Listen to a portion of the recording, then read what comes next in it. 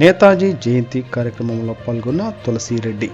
అంగన్వాడీలపై ప్రభుత్వ దాడి అమానుషం. నేతాజీ గొప్ప స్వాతంత్ర సమరయోధుడు, దేశభక్తి పారాయణుడు. మీరు నాకు రక్తాన్ని ఇవ్వండి, నేను మీకు స్వాతంత్రాన్ని ఇస్తాను అని చెప్పిన పోరాట యోధుడు. నాడు నేతాజీ స్వరాజ్యం కోసం పోరాటం చేశాడు. నేడు సురాజ్యం కోసం పోరాటం సాగించాలి.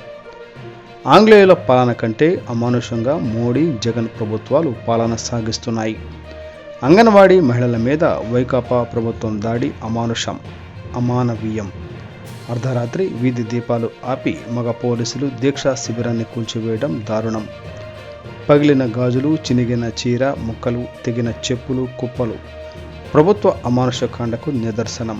అస్సాంలో రాహుల్ గాంధీ ఆలయ దర్శనాన్ని, జోడో యాత్రను ప్రభుత్వం అడ్డుకోవడం నియంతృత్వానికి పరాకాష్ట. కాబట్టి సురాజ్య సాధన కోసం ప్రతి ఒక్కరూ పోరాడాల్సిన అవసరం ఉంది.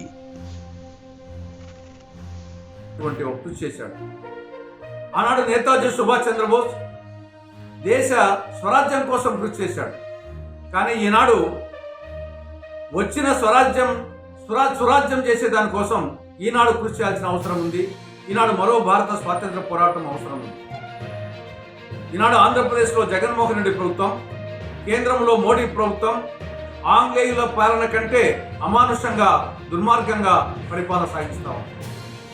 దానికి ఉదాహరణ నిన్న విజయవాడలో జరిగినటువంటి దుశ్శాసన పర్వం, కీచక పర్వమే దీనికి నిదర్శనం. అంగన్వాడీ మహిళలు 42 రోజులుగా తమ న్యాయమైన డిమాండ్ల కోసం అహింసా పద్ధతిలో, గాంధేయ పద్ధతిలో, ప్రజాస్వామ్య పద్ధతిలో నిరసన కార్యక్రమాలు చేస్తూ ఉంటే నిన్న అర్ధరాత్రి 3 గంటల తర్వాత మగ పోలీసులు ఈ యొక్క దీక్షా శిబిరంలో ప్రవేశించి ఆ దీక్షా శిబిరాన్ని ధ్వంసం చేయడమే కాకుండా కుర్చీలు విసిరేసి, బూతులు తిడుతూ, నానా దుర్భాషలాడుతూ ఆ యొక్క మహిళలను ఎత్తిపడేసి బస్సుల్లో వేయడము, ఇది అమానవీయమైనటువంటి సంఘటన.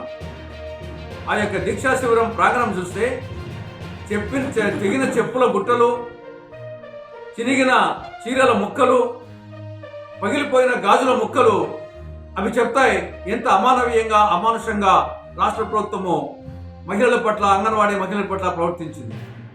కాబట్టి ఆంగ్లేయుల ప్రభుత్వానికంటే ఘోరంగా రాష్ట్రంలో జగన్ పాలన ఉంది. అదేవిధంగా దేశంలో నరేంద్ర మోడీ పాలన. నిన్న అస్సాంలో ఒక ఆలయ సందర్శనకు వచ్చేసి, ఆలయ దర్శనం కోసం వచ్చేసి రాహుల్ గాంధీ గారు పోతే ఆయన వచ్చేసి ఆలయాన్ని ప్రవేశించకుండా అడ్డుపడతారు. భారత్ జోడో న్యాయయాత్రను స్టాప్ చేస్తారు, అడ్డంకులు కల్పిస్తారు. ఈ దేశాన్ని అప్పుల భారత్ చేస్తూ ఉంది. ప్రభుత్వ ఆస్తులను తెగ అమ్మేస్తూ ఉంది. నిరుద్యోగం వికటాటహాసం చేస్తూ ఉంది. ధరలు ఆకాశాన్ని అంటుతున్నాయి. కాబట్టి ఈ పరిస్థితుల్లో ప్రతి కాంగ్రెస్ కార్యకర్త, ప్రతి ఆంధ్రుడు, ప్రతి భారతీయుడు దేశ స్వరాజ్యం కోసం పునరంకితం కావాల్సిన అవసరం ఉంది అని చెప్పేసి ఆంధ్రప్రదేశ్ కాంగ్రెస్ కమిటీ విజ్ఞప్తి చేస్తూ అందుకు సిద్ధం కావాలని